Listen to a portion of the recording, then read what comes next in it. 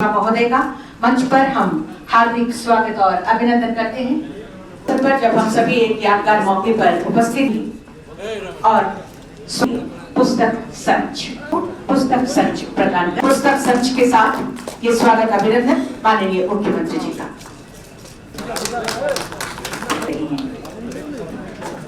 संयुक्त सचिव महोदय पीयूष कुमार जी का स्वागत। चार तो सबके जहन आनिया कलम विधानसभा महोदय ने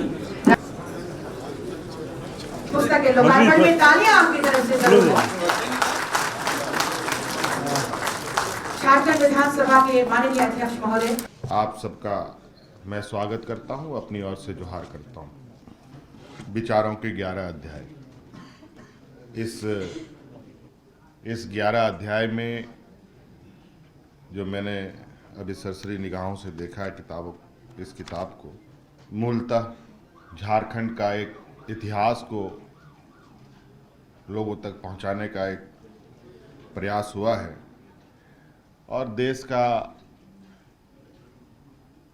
संविधान से लेके हमारे देश के अग्रणी नेता, अग्रणी अगुवाई करने वाले जो हमारे मार्गदर्शक रहे हैं, परम पूज्य महात्मा गांधी जी के विचारों को भी अंकित किया गया है। साथ में हमारे इस देश की रीढ़ की हड्डी,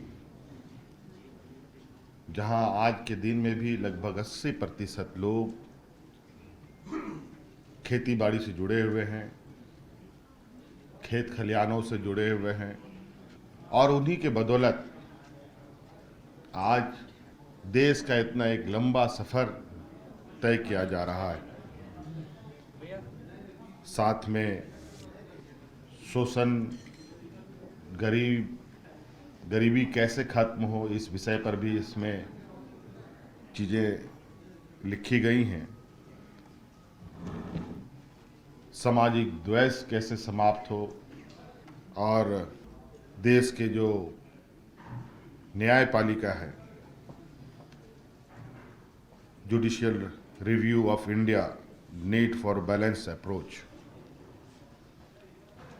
ये कैसे समन्वय बने, तालमेल बना रहे, इस विषय पर भी रखा गया है बातों को। झारखंड के संदर्भ में कुछ, चूँकि झारखंड विधानसभा हमारे माननीय अध्यक्ष के द्वारा इस किताब को हमको समर्पित किया गया है,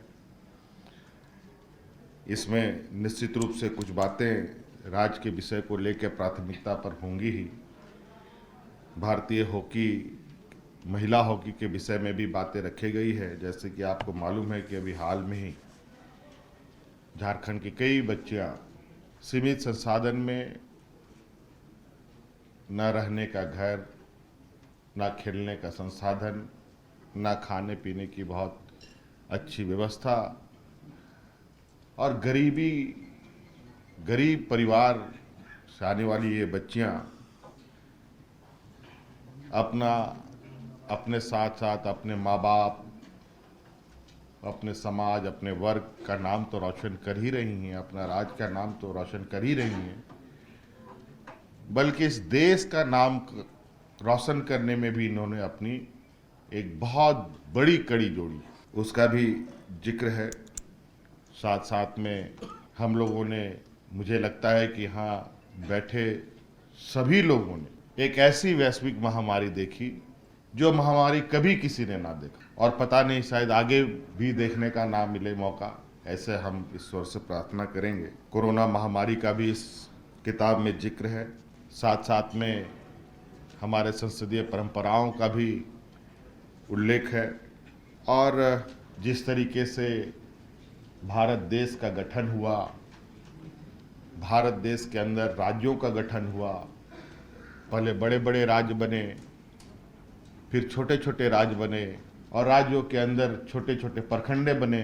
तो छोटे छोटे राज्यों की जो आवश्यकताएं हैं, क्यों पड़ती हैं, क्या ज़रूरत है, कई राज्य भाषा को लेकर अलग हुए, कई राज्य अपने भौगोलिक दृश्य को लेकर, भौगोलिक व्यवस्था को लेकर अलग अलग हुए, कई राज्य अपने अधिकार, अपने अस्तित्व की लड़ाई को लेकर, अपनी वजूद की लड़ाई को लेकर संघर्ष कर अपना एक अलग राज्य गठित किया, ये भी इस पर जिक्र है। कुल मिलाकर के और साथ साथ में मौजूदा जो एक विकराल समस्या जो घटने का नाम नहीं ले रही, बल्कि वो निरंतर एक दैत्यकार रूप ले रहा है। हालांकि उस विषय पर आज देश दुनिया में बड़ी बड़ी गोष्ठियाँ की जा रही है।